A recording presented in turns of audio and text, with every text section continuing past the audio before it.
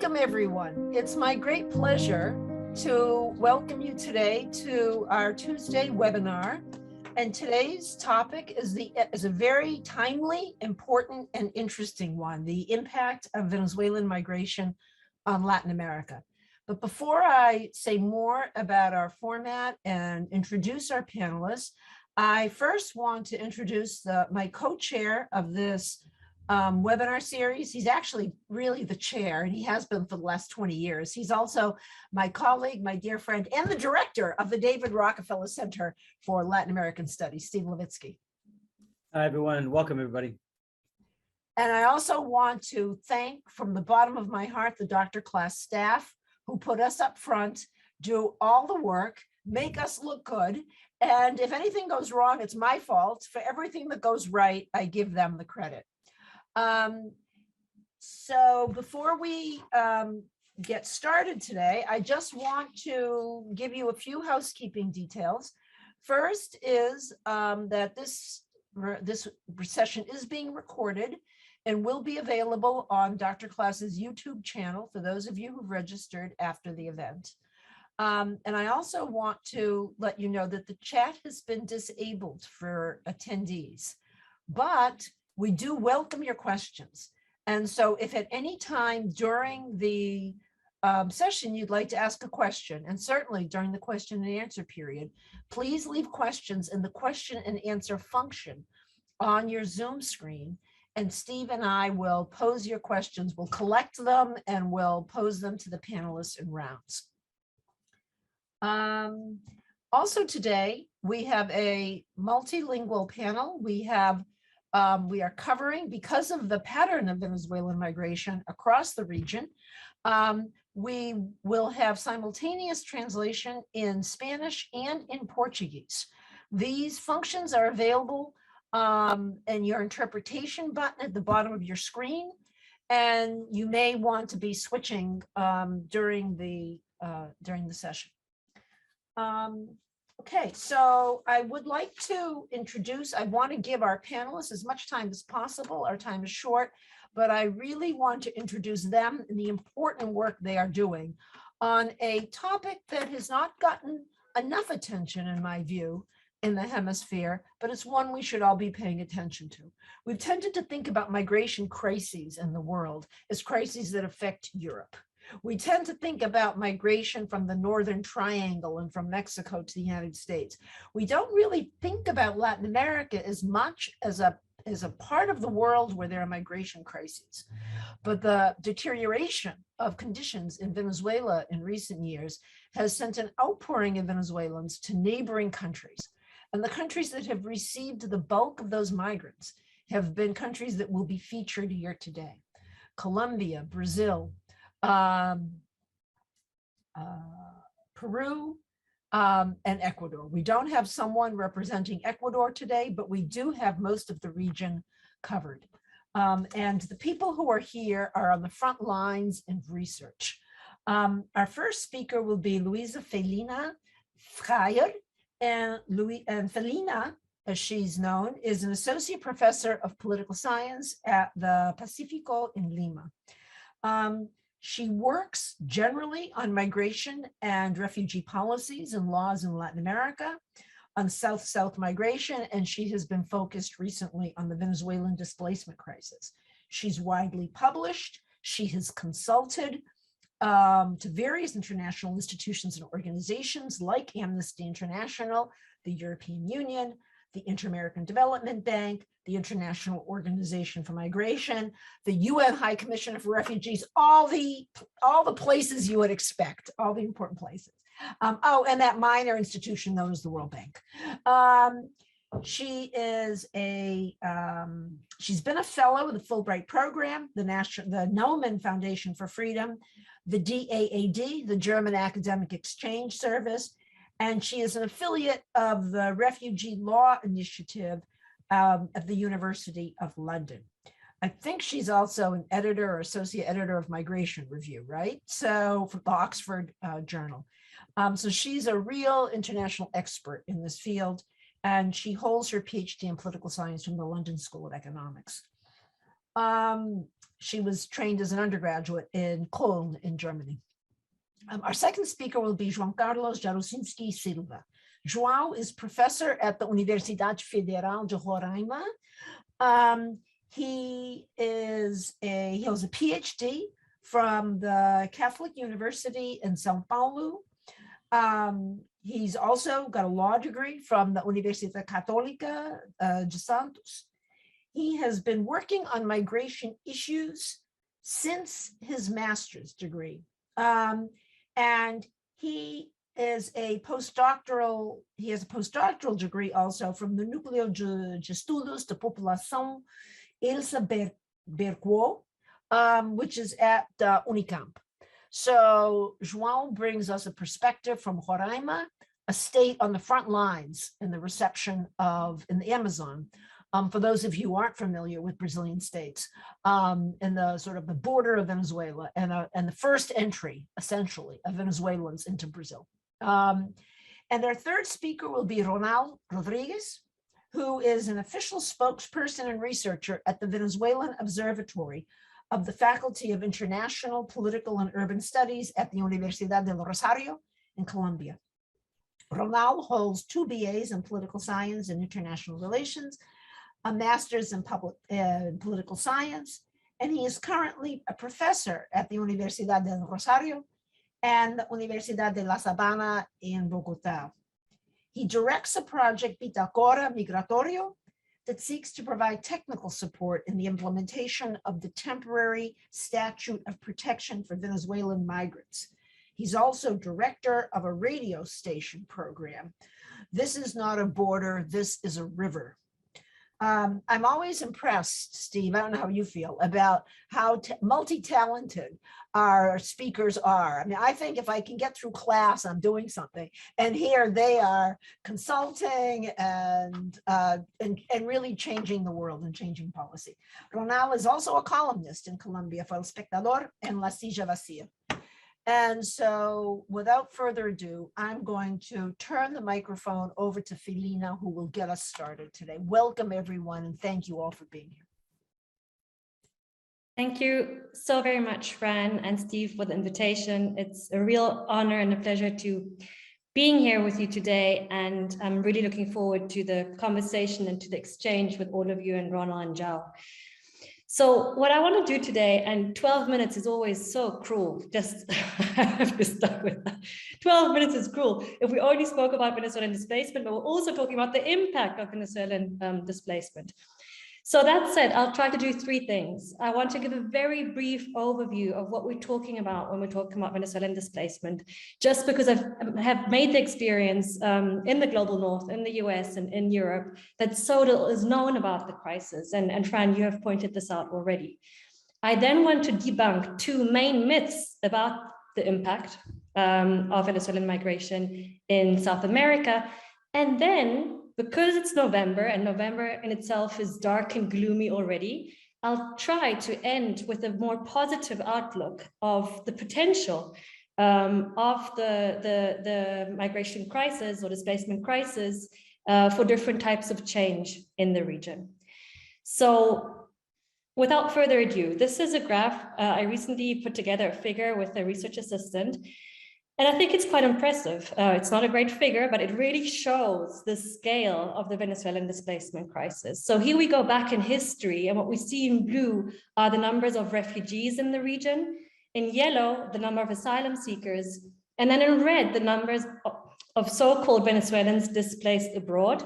And I'll come back to this. This is a new category created by the UNHCR last year. Why, you might ask, and I'll come back to it.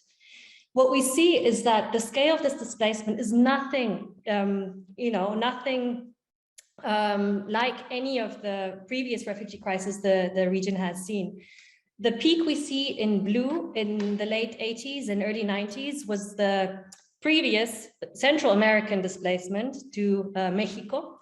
And then what we see in the mid 2000s up until 2020 as well, in blue are Colombian refugees in Ecuador, and ironically in Venezuela, right?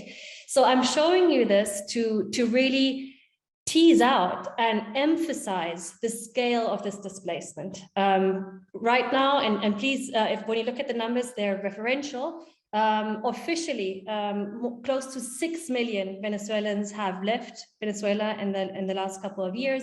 And we know, and I'm sure my colleagues will talk about this more, that the real numbers are even higher, right? Because there is increasing irregular migration, and we never had, the official statistics really representing all of the people who have left and who have largely stayed in the South American region. An important fact to keep in mind when we talk about policy reactions is that Latin America, and especially South America, but all of Latin America, have passed both immigration and refugee laws that are the most progressive and the most liberal in the world.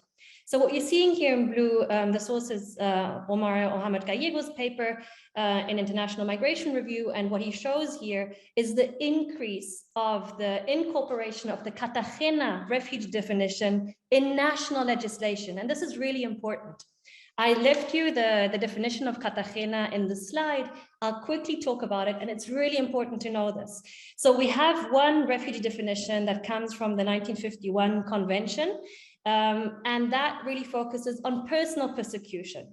And that's the refugee definition we usually have in mind when we talk about refugees. So personal persecution based on race, religion, nationality, or membership to any social group or political opinion.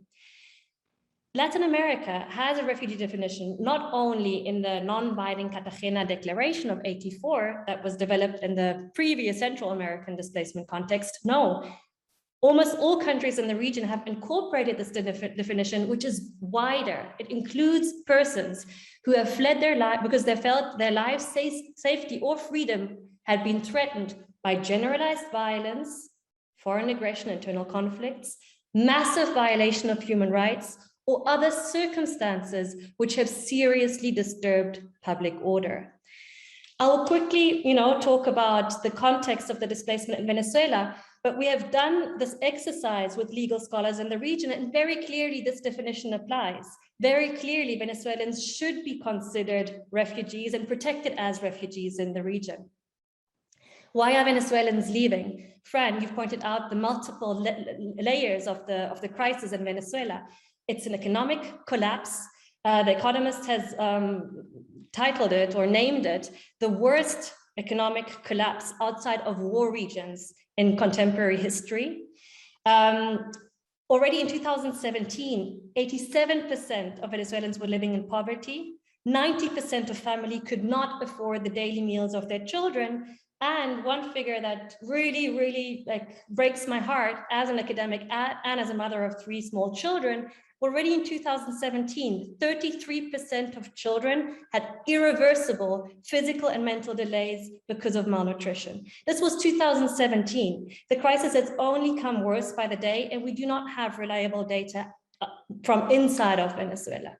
The BBC published a report a couple of weeks ago, citing a report, maybe it was even a report that Ronal might have co-published, that now three out of 4 Venezuelans lived in extreme poverty. To that, we have to add political persecution. It is a very gloomy scenario. What has been the impact of this displacement on the region? And again, please only take these numbers as referential and with regards to distribution, and scale. The real numbers are even higher than the numbers you see here. We have to point out that initially there were extremely generous political reactions, interestingly enough, by center-right governments. Maybe for political reasons, because protecting citizens always sends a very strong message against the regime of the country of origin, right? So I cannot go into detail there, but it's very interesting because it's a little bit counterintuitive in the context of the political migration literature that it was center rights governments who were most generous in their response. However, what they did, maybe very much in Latin American, policy fashion, they developed ad hoc visas, ad hoc policies, and gave legal status without recognizing Venezuelans as refugees and thus giving them sustainable legal status and protection. What we saw, and I always talk about this crisis and policy reactions as, sort of a time lapse. What took decades in Europe and the United States only took a couple of years in South America. So we saw really in fast forward motion, these very generous reactions, and then a shift in public opinion and the increasing securitization and criminalization of Venezuelan immigration. This already happened before COVID-19 hit the region. With COVID-19, I think we saw two things. There was a distraction in the media from the securitization of Venezuelan immigration. And now, unfortunately, due to the economic crisis and the increasing, different kinds of problems we see in the region, due to COVID-19, and again, an uptick of scapegoating of Venezuelan immigrants and refugees. So the two myths I quickly want to debunk, and I know I have to rush. The region learned quickly, right? How can we scapegoat immigrants and blame them on our own problems? They take our jobs and they cause crime, right? It took a couple of months, maybe a year or two. And these are the discourses that have been very prominent more recently, pre and post COVID-19, especially Colombia, Ecuador, and Peru, the countries that received the largest share of this displacement. I won't go into details. I'm not an economist myself regarding the jobs argument. I think the evidence is very mixed. I think there have been some impacts on wages in some sectors, but we really have to understand that this is happening in a region that is largely informal. I mean, Peru's economy is over 70% informal. So of course, this is also where vulnerable migrants and refugees will find labor integration in the first place, in the informal sector. What is much more important is that this has really been a lost opportunity. And here I only want to give you anecdotal data. The World Bank calculated that if Peru had been able to really give sustainable legal status and incorporate Venezuelans who are highly qualified overall in the formal economy, they could have won, and this is data from 1 year ago, they could yearly $3.2 billion US. Again, I'm not an economist, but I know this is a lot of money. And we did the maths, and Peru could have vaccinated the entire country with 2 shots of, I think, the Sinopharm vaccine, but you know where I'm getting with this. It's really a lost economic opportunity. The second myth is that they cause crime, right? And here I remember a workshop we actually had with the UNHCR at the end of 2019, and it was journalists in Peru who estimated that 40, 50, 60, 80% of all crimes in the country were now committed by Venezuelan immigrants and refugees. Now, if you have journalists who think that way, imagine what kind of reporting you see in the media in Peru. The real number was not 40 or 80%. The real number of all complaints filed against Venezuelans in the time from 2016 and 19 was 0.5%. So we have a huge problem with the misrepresentation and the criminalization of migrants in the region, paired with fake news equals xenophobia and rising xenophobia. I could give you more data on the issue of crime. We have published on this. I think I need to rush, so I'll leave it there.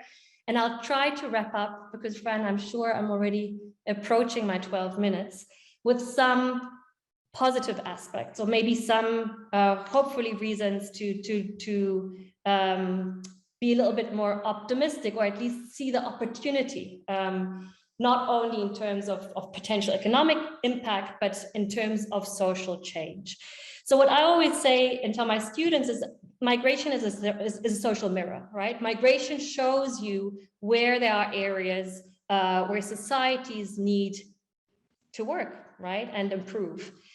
So I'm showing you this slide once more, just to remind you, of this difference between categorization of Venezuelans and the lack really of protection as refugees. So I think one thing that the Venezuelan displacement crisis has highlighted are implementation gaps in the region. Of course, specifically in the area of immigration and refugee policies, but we see these implementation gaps all over. And I see that we're having this the debate now in academia, but also in conversation with NGOs, with civil societies, about the fact that we have very progressive laws on the one hand side, but we often lack implementation on the other, right? So I think this crisis, in a sense, is an opportunity to really foster that discourse and to increase, for example, strategic litigation. And this is something we're already seeing, again, in the area of refugee protection, but I feel there is maybe some sort of spillover effect, and there are debates taking place also in other areas where we have progressive laws, but we lack implementation. Another area is the area of labor rights and labor rights violations. Venezuelans are far more outspoken than the national population, at least in the case of Peru, to denounce labor rights violations. I can't go into detail why that might be, but it's very interesting and it's an opportunity. Third area, misogyny and gender-based violence. It is not a secret that this is a huge issue in many countries in the region. Venezuelans are more outspoken about it. At the same time, they're being more sexualized and hypersexualized. It's something bad, but maybe it's also an opportunity.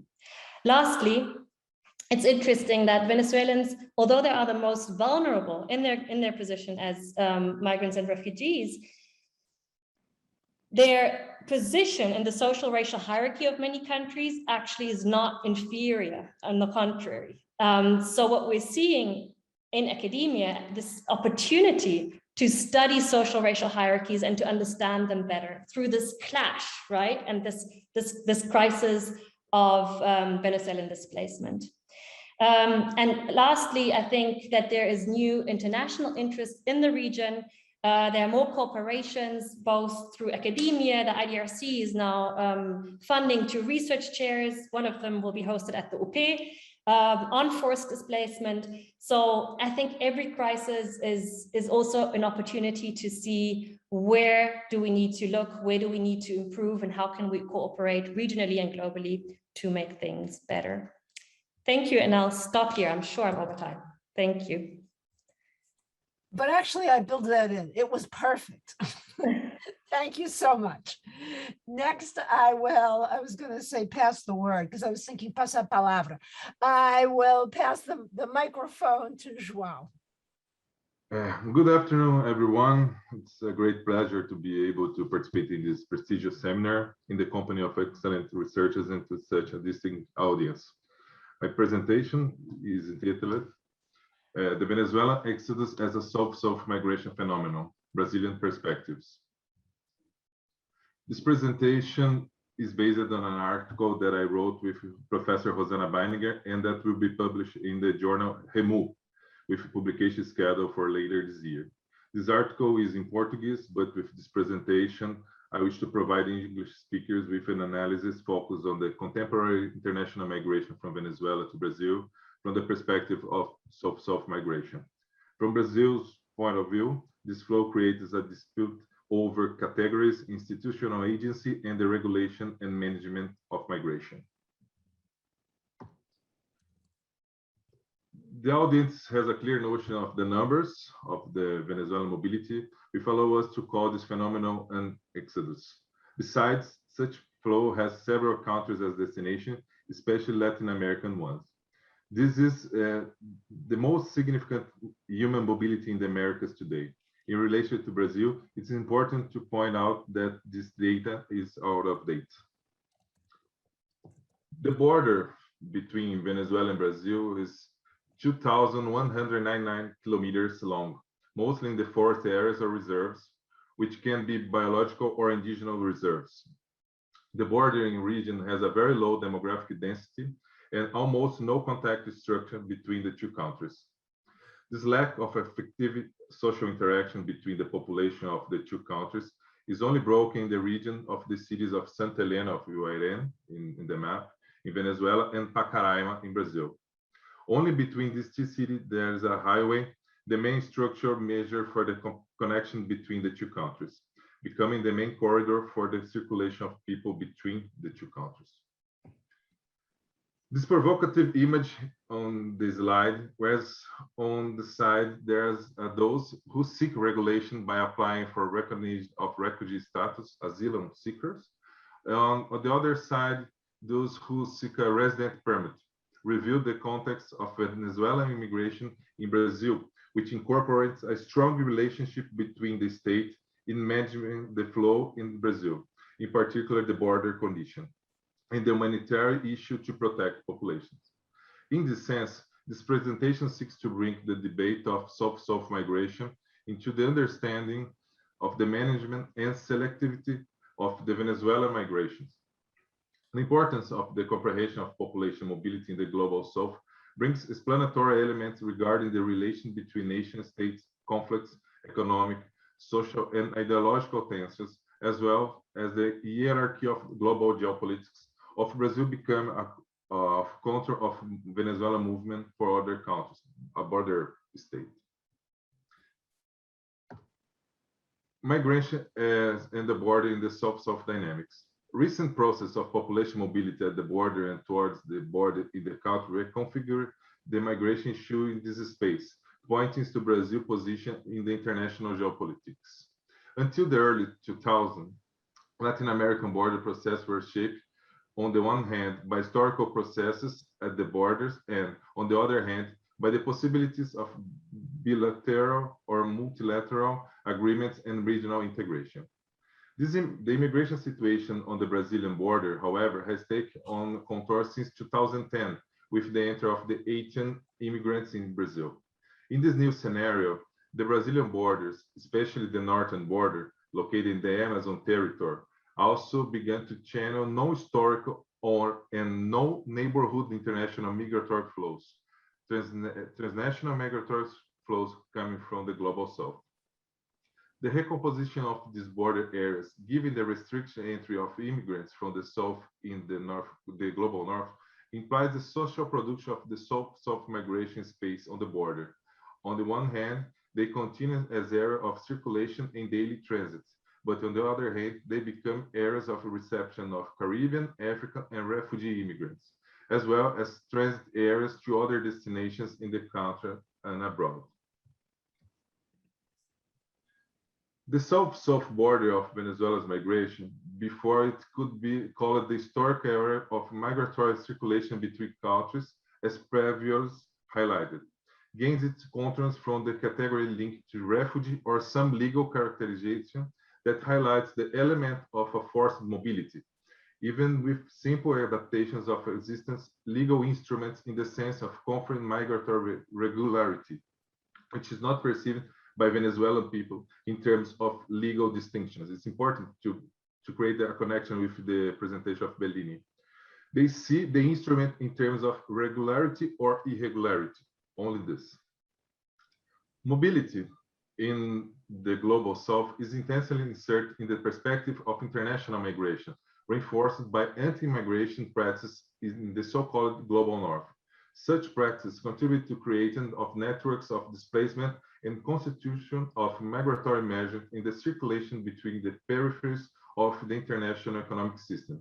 This more general migratory geopolitical panorama does not remove specific elements of each flow, but highlights some common elements with the circulations of these localities. The migratory flow from Venezuela is strongly marked by the social, political, and economic reality at the region, and it is the decisive condition for the displacement of the population, which leads it to be categorized as forced migration, survival migration, or crisis migration. However, part of this analysis ignores that this mobility is also related to the South-South migration scenario. Thus, although and are specific elements related to the Venezuelan movement, it's worth pointing out the existence of general characteristics that link this mobility with others carried out within the global South. The South-South movements are deeply rooted within the perspective of international migration, in which anti-immigrant rhetoric and policies persist, promoting the consolidation of South-South migratory routes with the peripherals of the periphery of capital, which in many cases also seek to create policies of impediment and exclusion, such as the measures adopted by the Brazilian government at the beginning of the pandemic, when the first border to be closed was the Venezuela border. It's important to rescue here the global-local border dimension that mirrors the new configurations of South-South migration on the Brazilian border. The case of the Brazilian migration announced the complexity of the current migratory phenomenon, even though it's a neighborhood migration.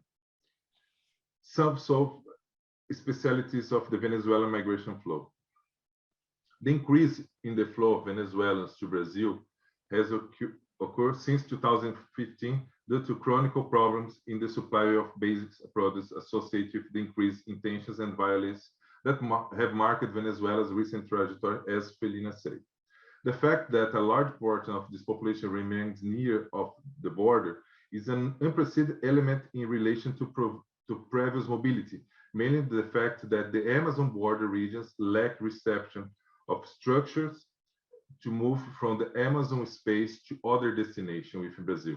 In the state, in this sense, the state has promoted through the Acolhida operation, a welcome operation, the so-called interiorization or internalization strategy in order to overcome the difficulties arising from the slow development of the border location.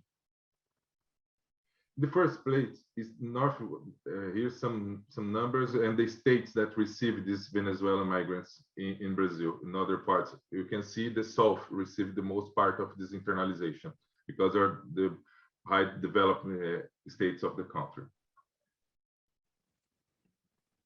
In the first place, it's northward that the Venezuelan flow is predominantly regional. Obviously, there's a diversity of elements that justify these characters in the Venezuelan case. But the important thing is that it's a predominant factor in many of the South-South mobilities. A second point refers to the causes of immigration that are strongly marked by the social situation and the region of the flow. Besides the classifications of forced migration, of survival, or of crisis, it's necessary to incorporate that these are mixed flows where the economic perspective is also present, and its reflection in the attribution of the legal categories that justify the permission to enter and stay in the destination countries. It's a problem in terms of integration of these Venezuelans in Brazil. They continue in a vulnerability position in terms of social terms. Third, the dynamics of allowing the stay or not is established through ad hoc regularization mechanisms, often far from the norms established in migration laws, weakening protective frameworks in various situations, such as, for example, the case of the PEP, Permiso Especial de Permanência, exclusive to Venezuelans in Colombia, or the resident permit in Brazil, like the third slide. State response at the destination are always provisional, which becomes a factor of irregularity later, or in a more extreme situation, the very exclusion of part of this Venezuelan from the public actions in these localities. In the Brazilian case, in 2021, arguments linked to the public health, the fight against the coronavirus, were used as a justification for closing the border and preventing entry into the territory, even with the decision taken shortly before in 2019 to recognize the serious and widespread violation of human rights in Venezuela. Brazil prevented these people from having access to safe territory. It's so important in terms of protection of people. It's not worth that this argumentation proved to be incoherent with other policies implemented by the Brazilian government against the coronavirus. Everyone sees the problem of the country in terms of the fight against the coronavirus. Reinforce the idea that the measure taken to prevent entry barriers for immigrants, not for the protection of the population's health. This limitation has only overcome through judicial measures or ordinances that reopen the borders, but only partially with establishment of entry quotas, which are not accompanied by precautionary measures against the entry of the disease. The fourth element in the fact that the modes of the response to this mobility provided by the countries of the region have influence, resource, and interest from the global north, which want to prevent the arrival of these people to their countries. When one analyzes the issues of funding resources for such addictions, this becomes evident, especially on the part of international organizations which have been carried out across the region to assist immigrants from Venezuela. Brazil has become one of the buffer countries in the global south to isolate and filter the foreigners. It like the AGS said, it relies on the same principle of the removal clause of the undesirables.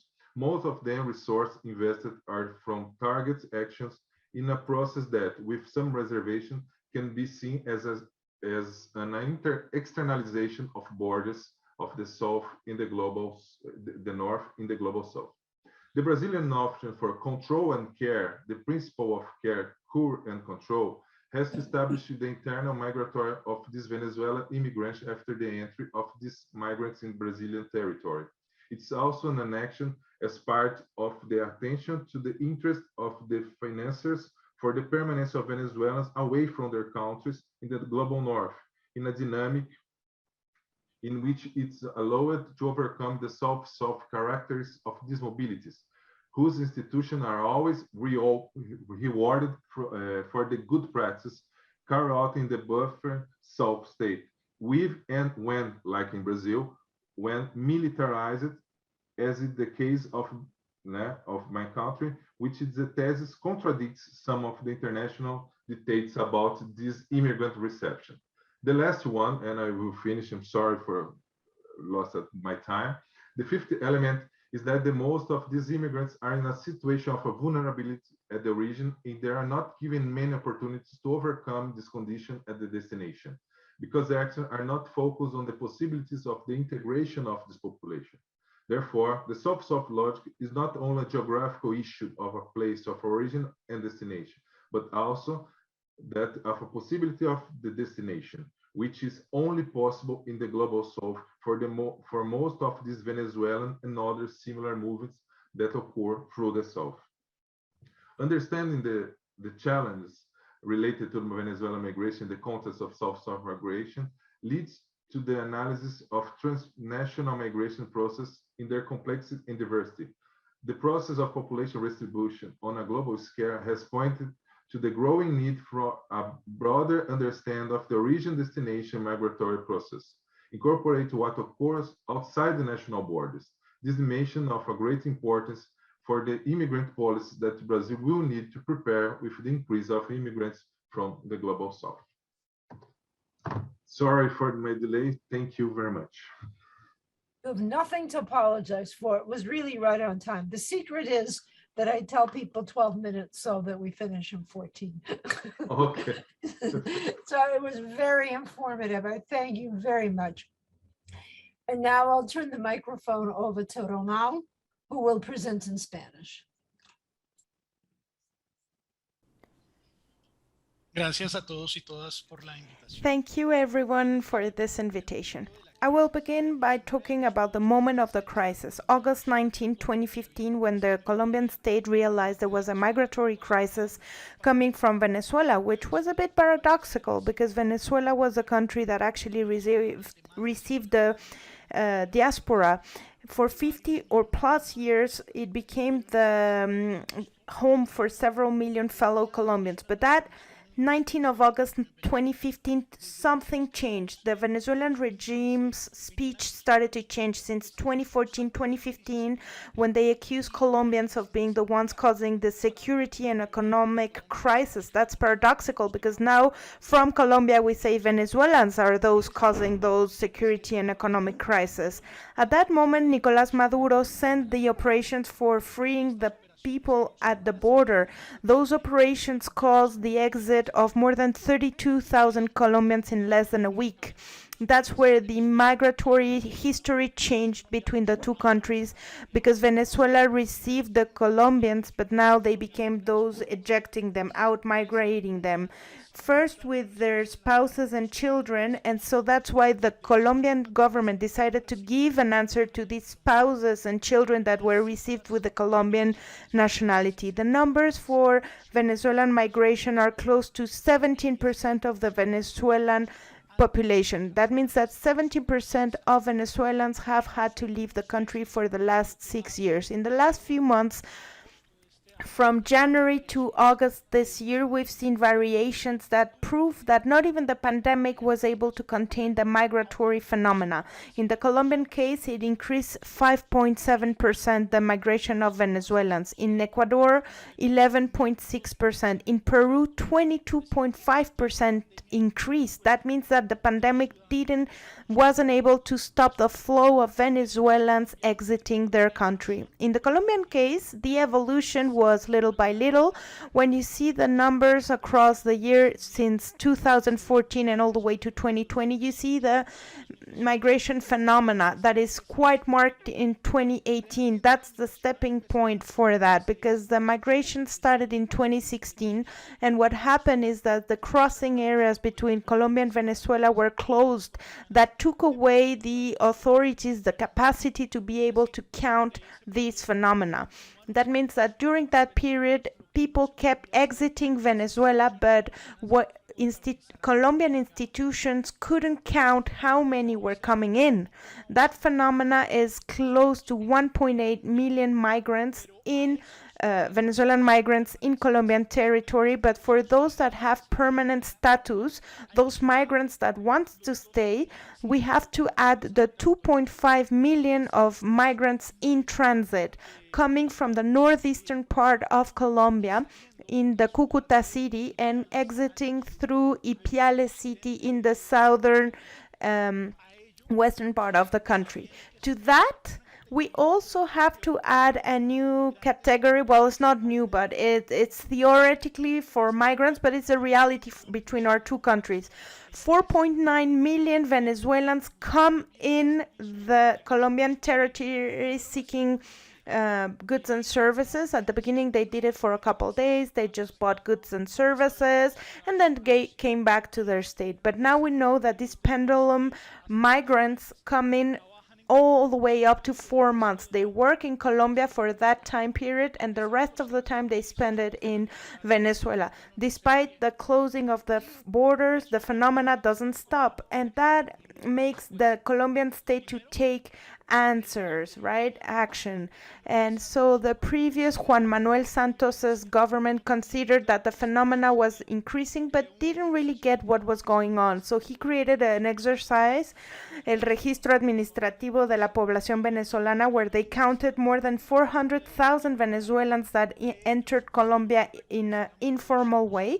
They formalized more than 250,000 of those. That's why they created this special temporary statute of protection permit that allows Venezuelans to stay in the Colombian territory for 2 years, to have access to social, to well-being, health, educational programs. But the answer was still too short. It was only 2 years. A 2-year permit. So those 2 years expired and they required renewals. At that moment, the Colombian government transformed its migration policies to do it from short-term to mid-term, and that's exactly where the temporary statute of protection for Venezuelan migrants happened. And this statute, as Feline says, doesn't consider refugee Venezuelans. Actually, in the Colombian case, the statute of refugee has been very difficult to apply, but because Venezuelans that are in Colombia constantly travel back to Venezuela to visit their family members when there's a birthday parties, celebration parties at the end of year, and that doesn't really apply to the concept of refugee, because a refuge, wouldn't allow them to come back to their country. So they have implemented additional measures to really, apply and really deal with this. How does this temporary statute of protection has worked? To formalize Venezuelans for 10 years by giving them a more extensive permit that will allow them to get jobs, education, healthcare, and especially education. Education is really important right now because there's more than 400,000 little children, kids, teenagers in Colombian territory that have been fostered by the Colombian state and Ministry of Education, and you don't need to even be formalized. Every child has the right to have education. It doesn't matter their migration status, but in order to go forward or formalize these education, they need to be formalized. So that's why these 10-year solutions are working. More than 1.4 million Venezuelans have started the process, taking into account that this started in May 2021, and in a few months we've managed for most of the Venezuelans that are in Colombian territory to start with this measure. For that, they have to go on a web page, and on that web page they have to register. After that, more than 1.4 million have completed their characterization poll.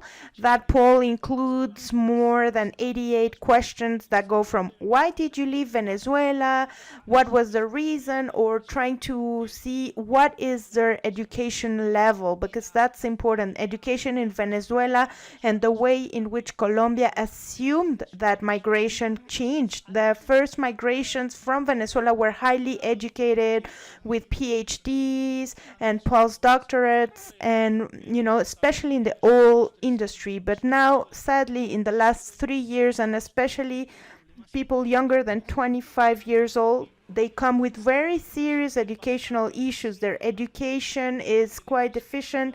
They have problems to read and write. They have issues for socialization, and that has created the Colombian state to invest a lot in their educational system to really generate an answer. And that poll has allowed us to measure that. What is the education level of these Venezuelan citizens? More than 1.2 million have actually finished the first, let's say, virtual phase, and now are doing the physical phase, which means they have to go to a Migración Colombia point to register their fingerprints, to corroborate that the information that they sent online is correct, it's valid, validating it, and then they give them this temporary statute of protection. That permit will last for 10 years with some specificities. For example, that permit requires that each year these Venezuelan migrants have to go to Migración Colombia and renew their information, which means that all the time they have to validate the information for these 10 years. What we have found so far is that a lot of these Venezuelans haven't been able to territorialize, which means they haven't been able to settle in a specific city. But they start living in Bogota, which is our capital city, and then they seek or hear of a work opportunity somewhere else, so they move to that other city in Colombia. That makes it really hard to implement correct attention policies, because every government or governor has a variant number of migrants in their cities. The results for this specific temporary statute of protection, Colombia has sent the first documents. These are the first ID documents for Venezuelans in Colombian territory. They look a lot like the Colombian ID, and they have some specificities, security specificities, that allow authorities to be able to verify that that person is who or she says he is. Unfortunately, our capacity is small because we only have 57 points nationally where they can do that, and that causes for many Venezuelans to have difficulties to renew their papers or to get formalized. Until today, Tuesday, more than 637,000 have completed the first and second phase, so the virtual phase and the physical presential phase. So the answer of that Colombian state is that at the end of 2021, 1 million Venezuelan citizens should have that document in their hands. That is a very ambitious goal, because that was a goal that was actually modified a few weeks ago, and that goal increased 25%, and that was a need for the government to show results. And one of the specificities actually is that Ivan Duque's government being center-right, the fact that they're promoting migratory speech and have a speech in favor of migrants, and actually some of the people in his government that even are further right, many of the political leaders are supporting this formalization process. But we must say that also next year we have presidential elections in Colombia, and unfortunately we've been starting to hear some political actors that have anti-migration speeches. And just to summarize, let me just say that the issue for Venezuelan migration in the case of Colombia won't be solved at short term. When we talk about Venezuela, we don't only talk about the deterioration of a democratic system, but a loss of territory, of strength. The dynamic of the Venezuelan state is at doubt. We also talk about an economical system that is stabilizing, yes, but in precariousness, because right now the Venezuelan economy is one of the ones that is stabilizing, but it's 1/10 of what it was 10 years ago. So this is an economy that has contracted immensely, and nevertheless, even if there were international sanctions, Venezuela has managed to stabilize because of these remittances that come from the diaspora. So the system of social assistance, when we talk about COVID-19, it's quite precarious because Venezuela says it has vaccination rates that are non-corroborated. In the bordering areas, these are worrying situations because today actually they opened the third bridge between Colombia and Venezuela. They already opened north of Santander, the Simón Bolívar, and the Francisco de Paula de Santander. Today they opened the Puente Unión, the Union Bridge, and the Venezuelan population that comes to get vaccinated in Colombia for COVID-19 generates additional tensions in that bordering areas. Remember that between Colombia and Venezuela, 12 million people live in the bordering areas, and that demands from the Colombian state important resources. That we have faced public health situations in 2018 with measles. We had an important measles break in coming from Venezuela, but we were able to manage it. But what I want to say is that the situation in Venezuela is not going to be solved in short term. Nothing indicates that Nicolás Maduro's regime is going to stop anytime. So that's why the answer from the Colombian government together with the civil society has been quite important. And I think with that, I'm going to close because that's my 12 minutes. Thank you. But it was perfect. Thank you so much. I think that I will toss out the first round of questions, and some of them might be directed to one of you, but I personally have questions that I'd love to hear all of you comment on. And we'll do this in one round, and then we should have plenty of time for a second round, which Steve will ask. My first question is about what you all said about the your presentations were so rich. We've got such a great sense now of the size of the Venezuelan migration to the other countries of the region, bordering countries and other countries of the region. How do Venezuelans get integrated as they move away from the border? Struck me as very interesting.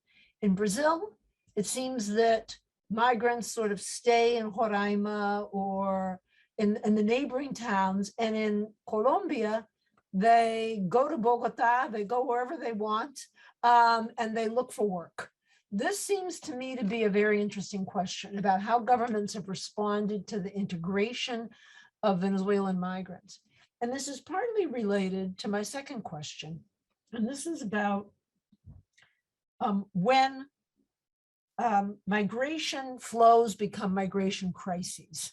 And this has something to do with how temporary the migration is. Ronal, I'm giving him a Portuguese name, as Ronal was speaking, and he was talking about people who came from Venezuela to Colombia for very short periods of time to work for a few days and then cross the border, or seasonally to work for a few months and then go back to Colombia. I was reminded of when I started studying migration years ago from Mexico, that it was not a crisis when Mexican, primarily men, crossed the border every year to work for a couple of months and then went back to Mexico. The border was fairly open. We didn't have a problem of 12 million undocumented people because people just went back and forth. But when the borders closed and the status that was assigned to people and the ability to cross the border changed, that's when people brought their families, that's when they stayed, because now they couldn't go back. So I'm kind of curious about the phenomenon of temporary migration, permanent migration. Obviously, if you're a political refugee, you're not going back to Maduro's Venezuela. But if you are an economic refugee who needs to come and help their family for a few months, I mean, this just struck me as extremely interesting. And the third point that I wanted to raise was about xenophobia. And I'm interested in how xenophobia gets mobilized. We had the absolute numbers of Venezuelan migrants. We also had the percentages. And in Brazil, the percentage of Venezuelans, given the sheer size of Brazil, is small. But in Ecuador, in Colombia, it's higher. And so when does the right mobilize xenophobia, or when do parties of the center right or right actually like migration? Again, I felt like I went back in time when Republicans in the United States were in favor of migration, and Democrats were opposed because for Democrats, the labor constituencies, there was concern about downward pressure on wages. But then it became just too politically popular to demonize migrants. What goes on in your countries? When do we see xenophobia being mobilized, or when do we see the right being, for whatever reasons, they can embarrass Maduro? And related to this, I'm going to ask one question from the audience, and then Steve will ask others. One of our graduate students who's working on Venezuelan migration, Reed Rasband, who, João, you may know from Roraima. He spent some time at the Universidad Federal with you. He asks a question that comes from Feline's comments about journalist skewed viewpoints. And he wonders about how you, Feline, but also other panelists would characterize the difference between the attitudes of semi-elite actors, like journalists and teachers and hospital workers, compared to the public at large. How do their views get compared to those of political actors? Do political actors resonate with what they're hearing from the front lines? Do they say things that are completely unrelated and they've made up? How do we think about the way migration is talked about in these countries? And I will stop there, go in the same order which you presented, and then when you're done, we'll turn to Steve and more questions from the audience. Thank you so much for these rich comments and questions, Fran. So the question of integration, I can talk about Peru. Most certainly, in the first instance, we saw a very stark concentration in Lima, but that has to do with the fact that the economic activity in Peru is also concentrated in Lima. So I think that has a lot to do with, with two things: distance, accessibility, right? And João can talk more about that. And the distribution of the economic activity throughout the country, which I believe in Colombia is less centralized than in Peru, for example. What we saw then in a second step, that there was a certain saturation in Lima, and that migrants decided to stay in move to or stay in other coastal cities because of job opportunities. Again, the integration really has been happening in the informal market in the case of Peru, and that was one of the reasons we conducted 2 large surveys at the Ecuador-Peru border. One of the things we're interested in were the determinants of choice of destination, right? And in the case of Peru, it was really the possibility to start working immediately because they all entered the informal economy. But I think that really happens and happened throughout the region. The question, I should go through all the questions, right? And So or should we have a you are discussion? not required, just answer anything Okay. because, so we can But move on. if I want to comment, I'll comment. The question of Just answer what you want and someone else will answer the other questions, or they won't, it doesn't matter. But briefly, because I think these are so important questions. Crisis, no? When do we start to see a crisis? And that's really connected to the question of xenophobia. I don't think it's the numbers. I don't really know whether it's the time people stay. It's perceptions, right? I mean, even in the case of the United States, does it make a huge difference whether it's just temporary workers or whether they bring their families? I mean, are we talking numbers again then?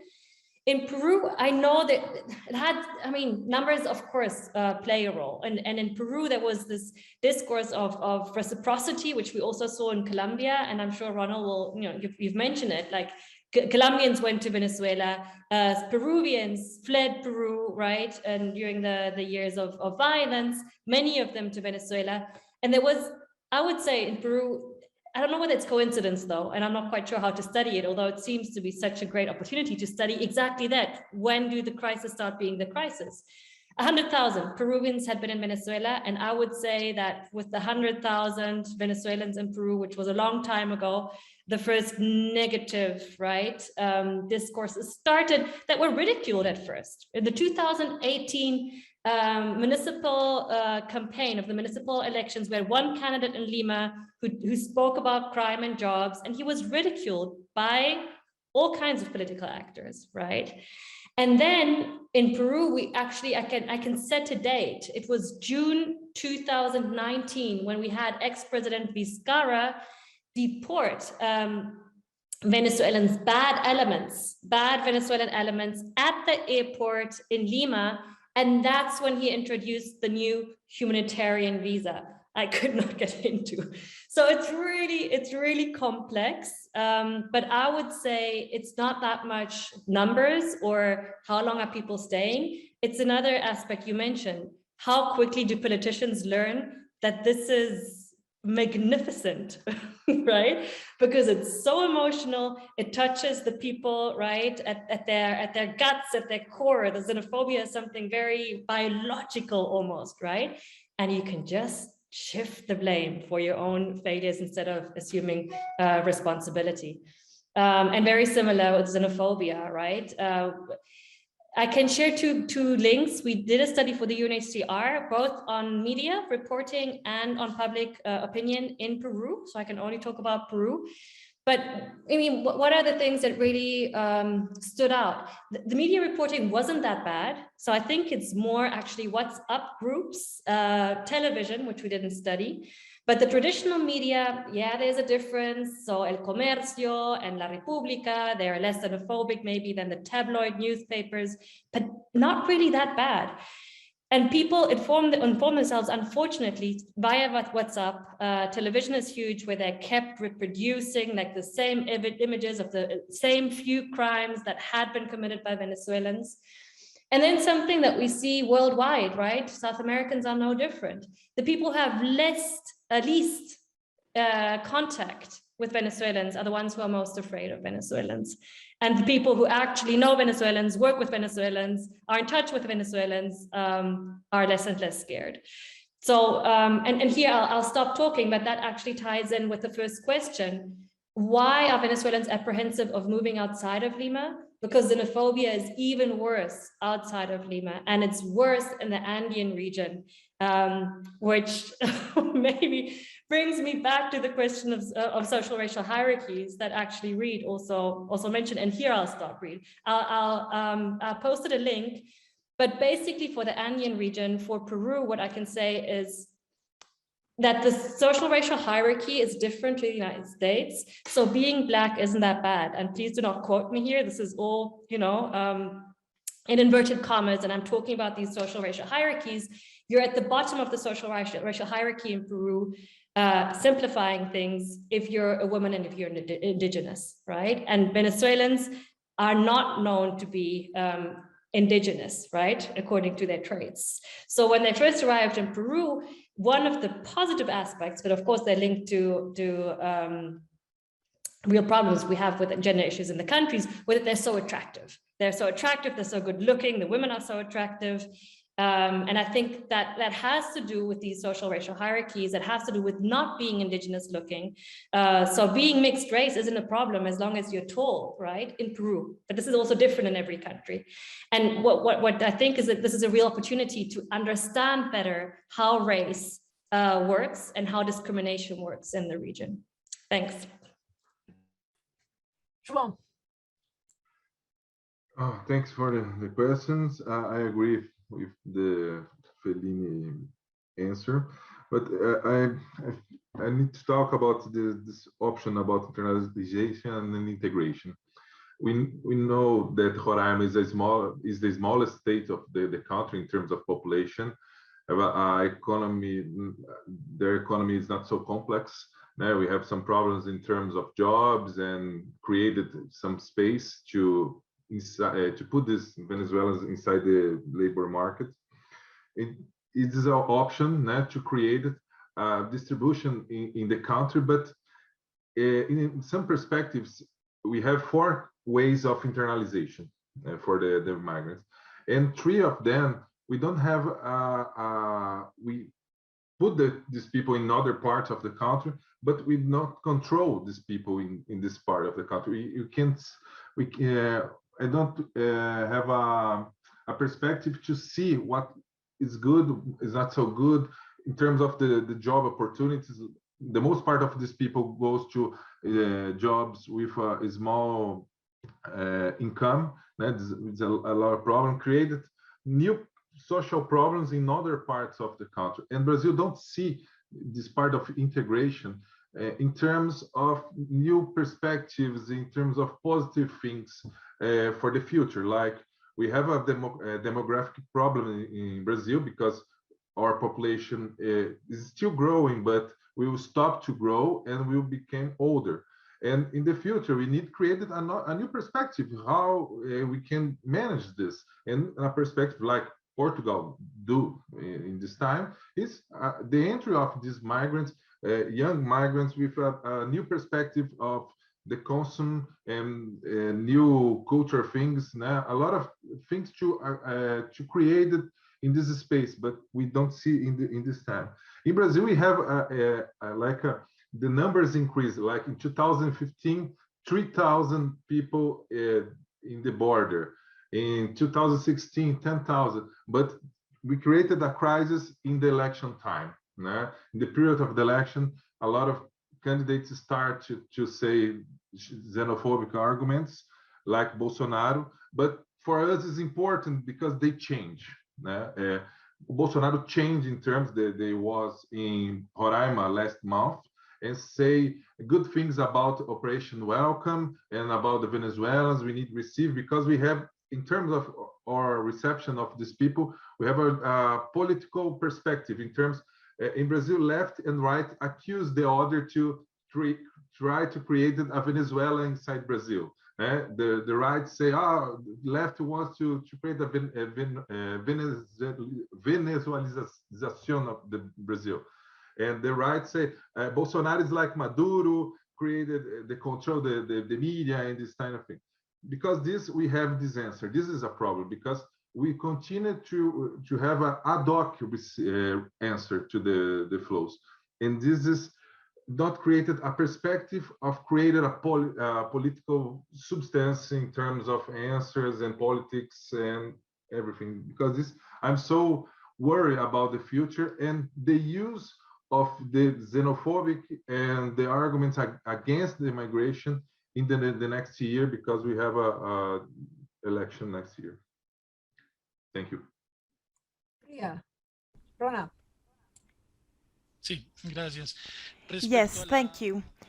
Regarding distribution of the Venezuelan population in Colombian territory, there's a specificity because most of Venezuelans live in the coastal Caribbean area of their country. They live in warm areas, 70% of them. And in the Colombian case, most of Venezuelans are concentrated in 11, 12 cities. From all those cities, only Bogota is cold. The rest of the cities are warmer. So they've been seeking to settle down in warmer climates. It also depends of the economy. In the Colombian case, we have a specificity, which is the coffee harvest. Actually, Colombians stopped participating in that type of harvesting, and Venezuelans took over that market. And they go all the way from the northern part of Valle del Cauca, going up to the Viejo Caldas area, all the way to Medellin. They have inserted them there. And it's interesting because their population is not agrarian, they're urban. Typically urban, but because of need, they've become agricultural. But it's important to be careful because they're doing it for survival matters, and that implies that we need to create policies because the real calling is urban. Regarding the crisis dynamic for the Colombian state, the crisis was a bit more visible because we had closed bridges in different periods with actually during the last 6 years we've had 45% of the bridges, the legal crossings closed, and when they open up we have large numbers of people crossing over. At some point we had more than 50,000 people crossing in a single day, which is a number that impacts any country. No country in the world is prepared for that. Colombia wasn't either. Institutionally speaking, we didn't have the capacity to attend to all these people, but because Colombia is a country in conflict and it's had a high number of internal displaced people, a lot of civil society organizations had the capacity to attend and to respond to this migration phenomena. And that's one of the Colombian specificities, because if that migratory, the civil society dynamic became an installed capacity that was really important. I remember the case of Divina Providencia luncheon group. They were serving 100 lunches, but before the pandemic they were serving more than 5,600 lunches. I don't know how an institution can serve so many meals, but it was between the Catholic Church, the volunteers, hundreds of people working together, making meals for these Venezuelan migrants, and that speaks about the dynamic in the bordering area.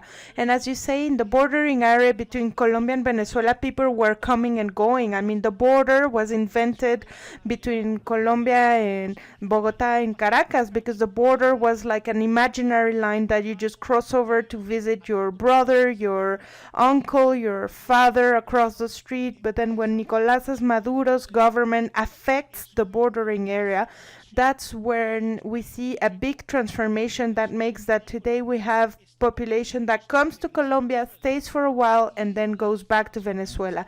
And also deformation has happened because of economical models. The Chavista economical model has affected severely their value, their economic financial value. The Bolivar has lost a lot of its value.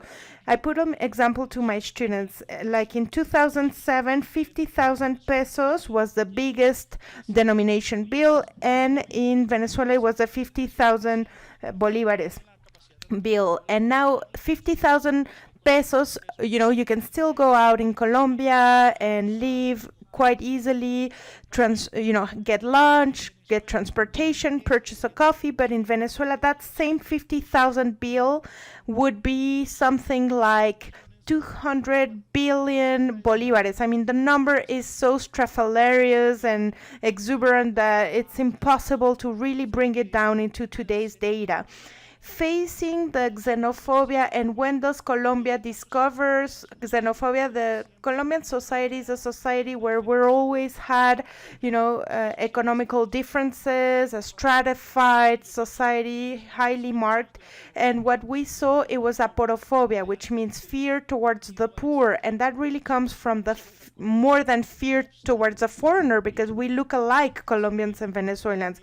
But in 2019, two cities, basically Cali and Bogota, there was a rumor that there were hordes of Venezuelans looting the city, in the western part of the city, and it actually happened to me. You know, I had neighbors knocking down my door.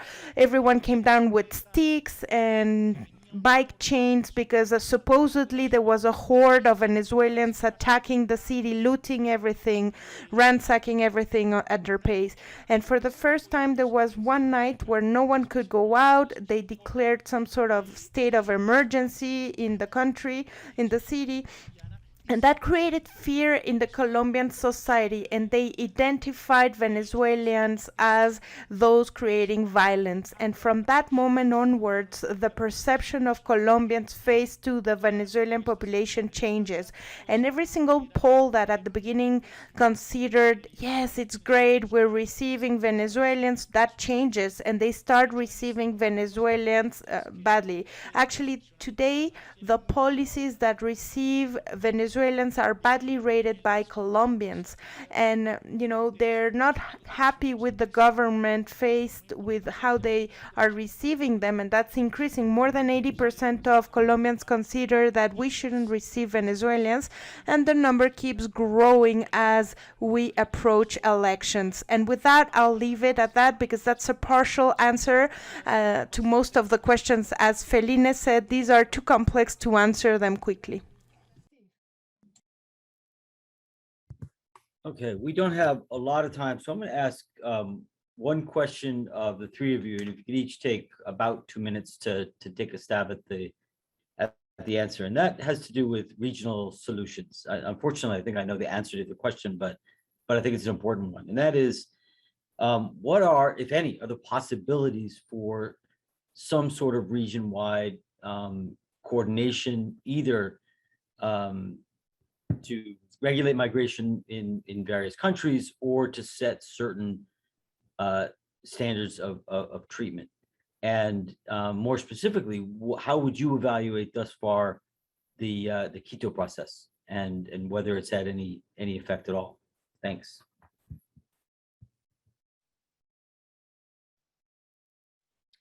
Should I start again, Steve? Yeah, let's go in the same order. So I'll try to be optimistic about this too in my response. So on the one hand side, maybe reflecting now regional integration more broadly, many of us have spoken about the failure of regional institution when it comes to dealing with this displacement crisis. We have a South American Conference on Migration that has been even more progressive in its discourse, that has criticized even more explicitly the policies of the United States and Europe, and claim that as a region, you know, South America would do things very differently. Unfortunately, in the Venezuelan displacement crisis, the South American Conference on Migration has had basically no say.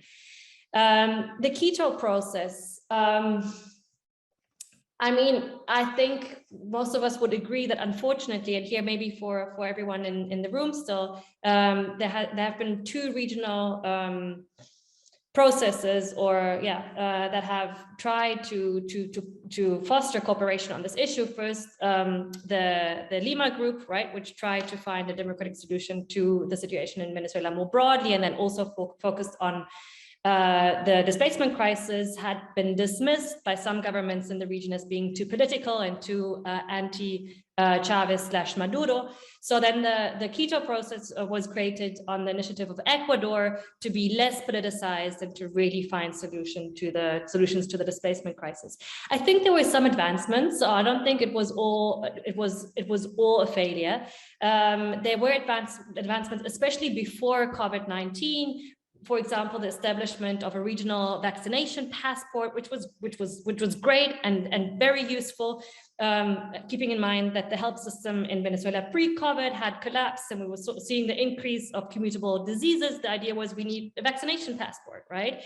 And also the idea that we need migrant regularization. That's something that's very clear in the declarations of the Quito process. Impact on or influence on national politics and policies, I would say very, very limited.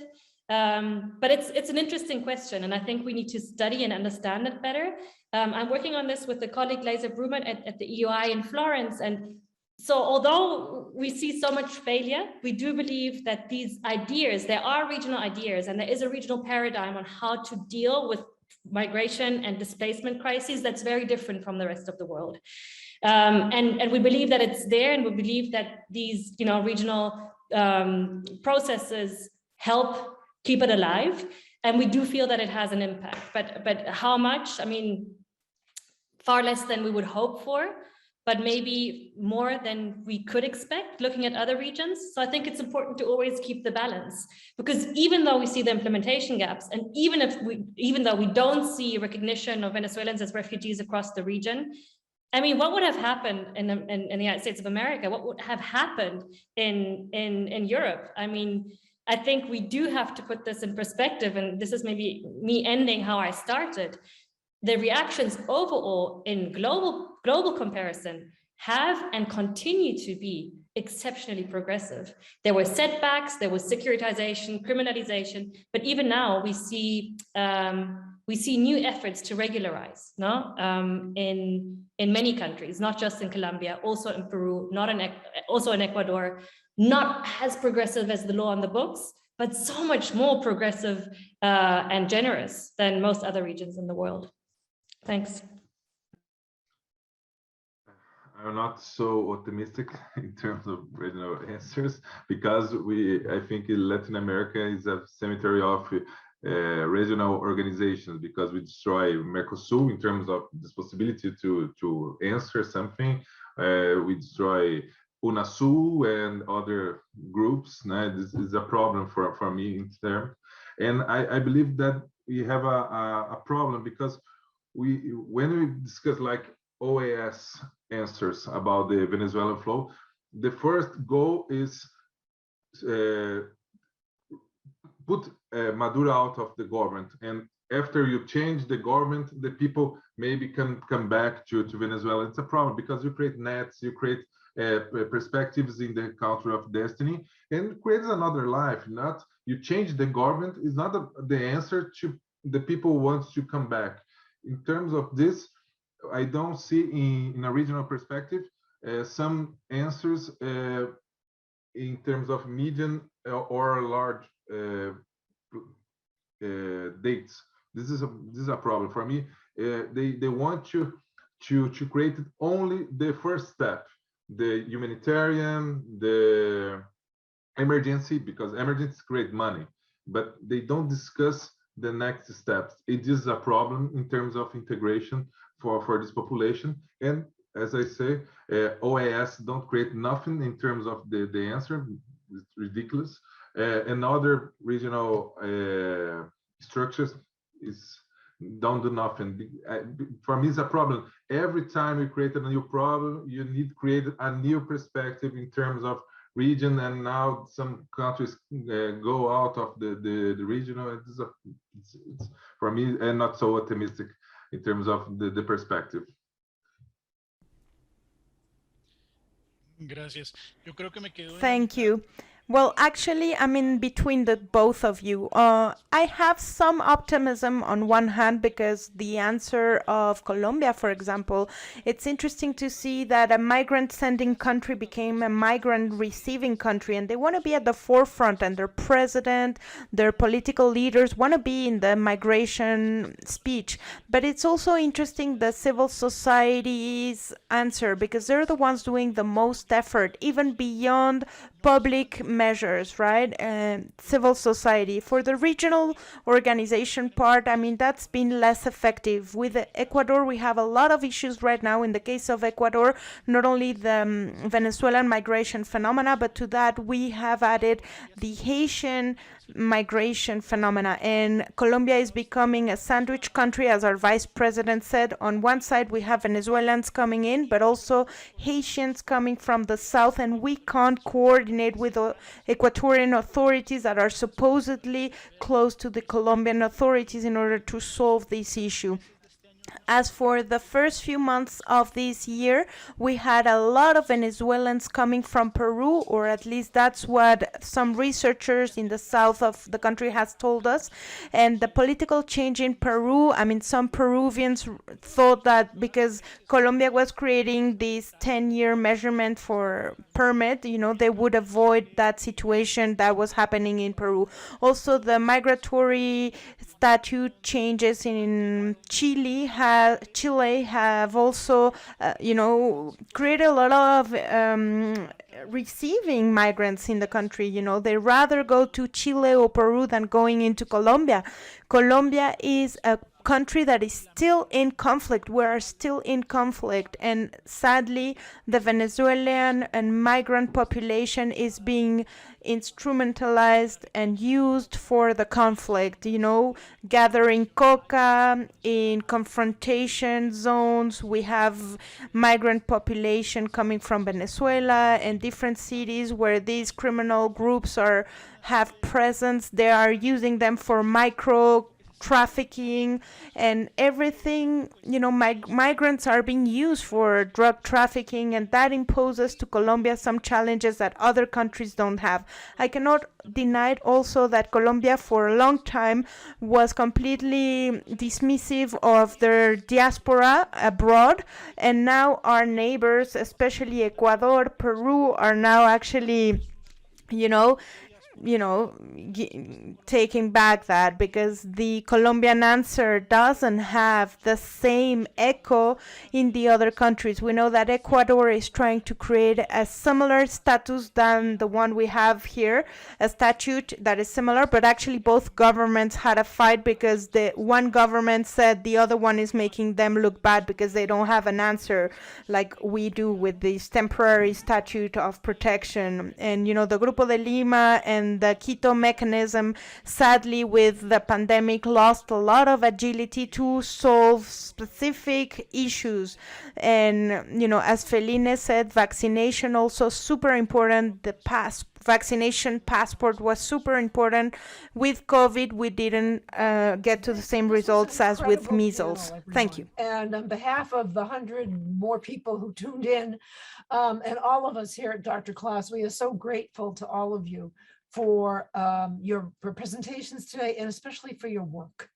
And I want to invite everyone to join us next week when we'll have a terrific panel featuring the mayors of a couple of the largest cities in Latin America. It'll be a panel about local governance, and we're hoping that our colleague Alicia Holland will make a reappearance from her well-deserved leave. Thanks to her, this panel, I should give her credit in part for putting this panel together. I just have the luck of chairing it. And also, we will be featuring next week the mayors of Rio, Eduardo País, and Buenos Aires, Horacio Rodriguez Larreta. And we will have, not leaving out Mexico, our own Diane Davis, a professor at our Graduate School of Design, will serve as discussant. So please join us next Tuesday. And meanwhile, thank you all so very much for illuminating for us such an important topic about which we understand way too little. Bye-bye. Thanks, everyone.